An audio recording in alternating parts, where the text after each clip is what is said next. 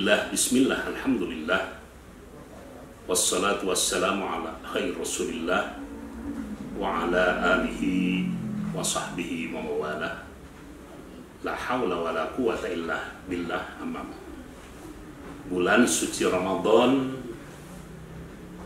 seringkali terkait dengan ibadah yang lainnya yang bernama kewajiban mengeluarkan zakat.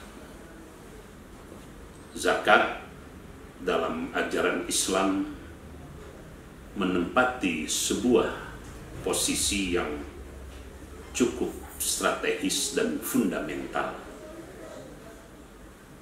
Zakat dalam rukun Islam ditempatkan sebagai rukun ketiga.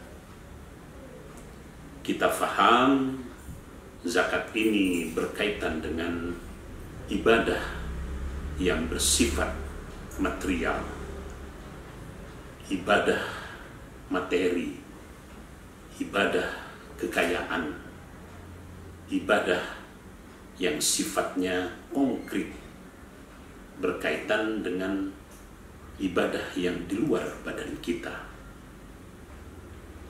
Sedemikian rupa pentingnya ibadah ini dalam Al-Quran.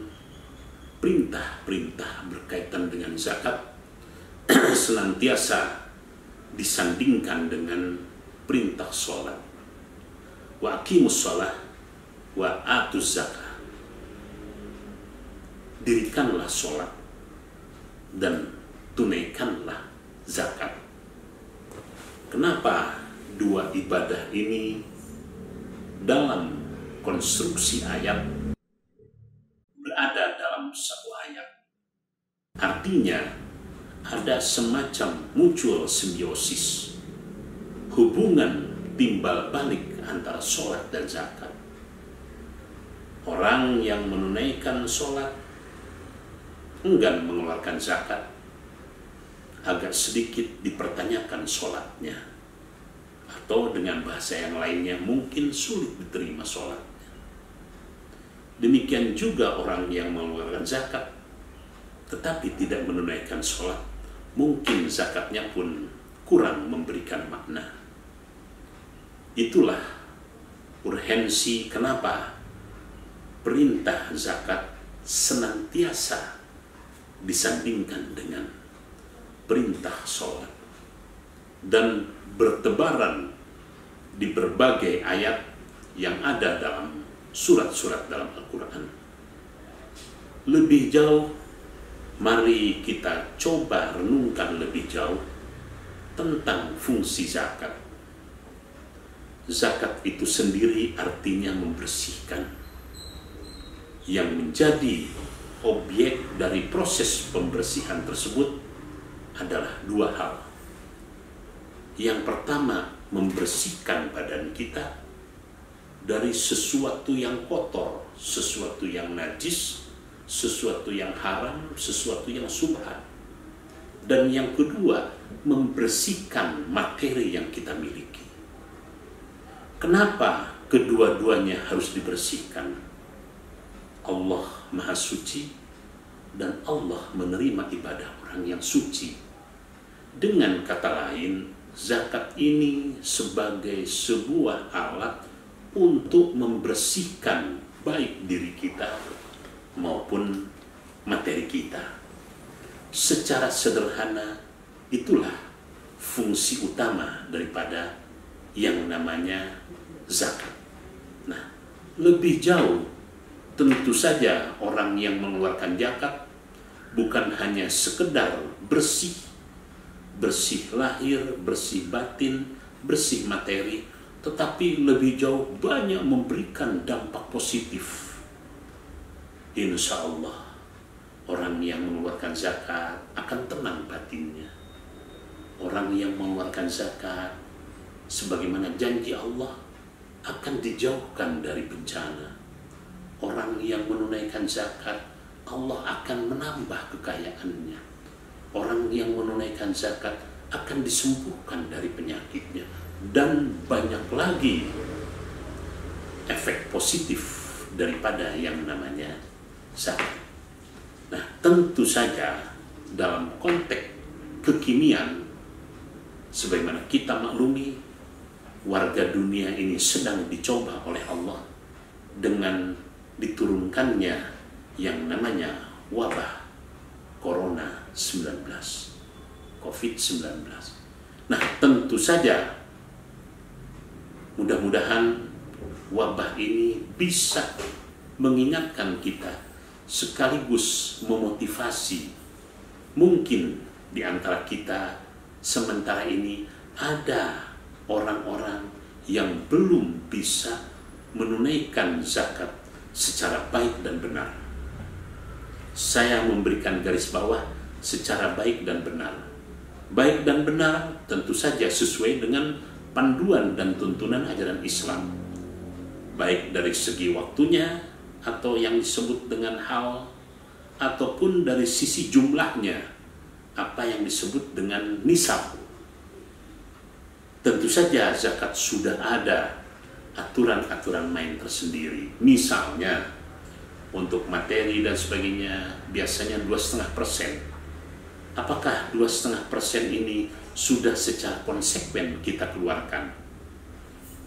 Saya yakin apabila umat Islam Indonesia bisa menunaikan zakat dengan baik, insya Allah, selain mudah-mudahan Allah mempercepat dicabutnya musibah ini, juga dampak positifnya terhadap kehidupan umat muslim di Indonesia. Melalui apa yang kami sampaikan ini, kami dari Panitia Ziswaf Zakat Infak Sodakoh Wakaf Asalam, insya Allah kami akan mencoba menerima titipan zakat yang tentu saja akan kami salurkan kepada pihak-pihak yang memang layak untuk menerimanya. Kami memiliki tanggung jawab kurang lebih sekitar 200 anak yatim, baik yang ditempatkan di beberapa pesantren, yang sedang menghafal Quran, yang kuliah, yang di SMA, yang di SMK.